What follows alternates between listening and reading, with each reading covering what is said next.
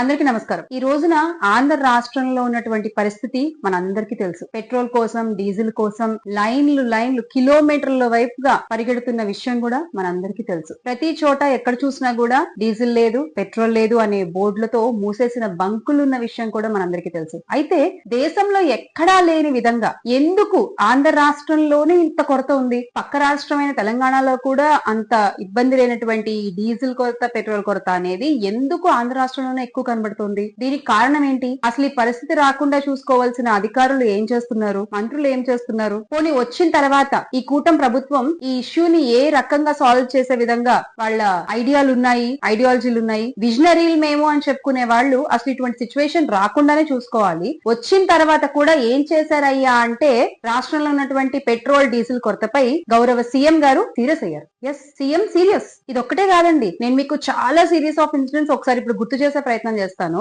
ఈ రోజు petrol, diesel కొరతపై సీఎం సీరియస్. టోల్ గేట్ సిబ్బందిపై టీడీపీ ఎమ్మెల్యేలు అనుచరులు దౌర్జన్యం చేస్తే సీఎం సీరియస్. రాష్ట్రంలో కమర్షియల్ గ్యాస్ కొరతతో హోటల్ వ్యాపారాలు మూతపడే పరిస్థితి ఉంటే, ఆ కార్మికులందరూ రోడ్డున పడే పరిస్థితి ఉంటే సీఎం సీరియస్. పల్నాడు జిల్లాలో ఎస్పీ కార్యాలయంలో ఎమ్మెల్యే దౌర్జన్యం చేసి బాత్రూమ్ లో తలుపులు వేసుకుని కూర్చుని మంకు పట్టుబడితే సీఎం సీరియస్. కలకలం రేపిన పుట్టా మహేష్ డ్రగ్స్ వ్యవహారంలో కూడా సీఎం సీరియస్. కట్టుతప్పుతున్న మంత్రులు, ఎమ్మెల్యేలు, ఎంపీల విషయంలో కూడా సీఎం సీరియస్. కాకినాడలో మెడికల్ కాలేజ్ విద్యార్థిపై సిబ్బంది లైంగిక వేధింపులకు గురైతే సీఎం సీరియస్. కేంద్ర నిధులు సకాలంలో ఖర్చు చేయక మురిగిపోయే పరిస్థితిలో ఉంటే దానిపై కూడా సీఎం సీరియస్. ముఖ్యమంత్రి అనంత పర్యటనలో విద్యుత్ కోతలపై లెక్కకు మించి ఫిర్యాదులు వస్తే సీఎం సీరియస్. నియోజకవర్గం అభివృద్ధి సంక్షేమ కార్యక్రమాల పట్ల ఎమ్మెల్యేలు పట్టించుకోకుండా గైర్హాజరై తిరుగుతూ ఉంటే సీఎం సీరియస్. తిరుపతిలో తొక్కిసలాట, 6 మృతి, ఈ విషయంలో కూడా సీఎం సీరియస్. కదిరి గంగమ్మ గుళ్ళ ఆభరణాలు చోరీ చేసిన అదే దేవాలయపు ఈవో సీఎం సీరియస్. సత్యసాయి జిల్లాలో పాఠశాల విద్యార్థులకు అందని మధ్యాహ్న భోజనం సీఎం సీరియస్. కాకినాడలో ఇంజెక్షన్ వికటించి 8 నెలల గర్భిణి మృతి సీఎం సీరియస్.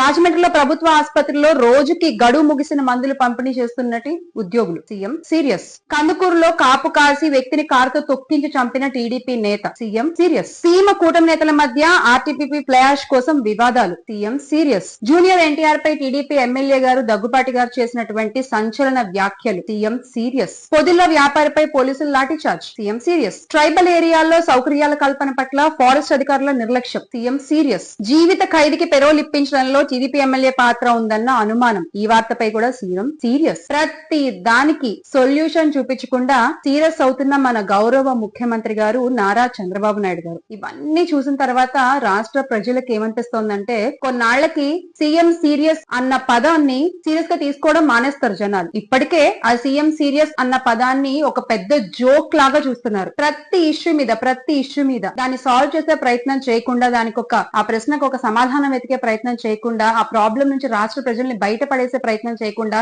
ప్రతి విషయంలోనూ వీళ్ళ సీరియస్ అవుతూ పోతే గౌరవ ముఖ్యమంత్రి గారు నారా చంద్రబాబు నాయుడు గారు, it's becoming a joke. It's not serious anymore. ఈ రోజున ప్రతి ఒక్కళ్ళు కూడా రాష్ట్రంలో అనుకుంటున్న మాట అదే. అసలు ఆ రోజున అంత పెద్ద విపత్తు కరోనాని జగనన్న ఎలా హ్యాండిల్ చేశారు, జగన్మోహన్ రెడ్డి గారు ఎలా ఎదుర్కొన్నారు? అంత పెద్ద విపత్తే గనక ఈ రోజు మన రాష్ట్రం మీద పడి ఉంటే ఈయన సీరియస్ అయ్యి ఊరుకునేవారు అంతే చంద్రబాబు నాయుడు గారు. కానీ జగన్మోహన్ రెడ్డి గారు సీరియస్ గా ఇష్యూని తీసుకుని దాన్ని సాల్వ్ చేసే ప్రయత్నం చేస్తారు.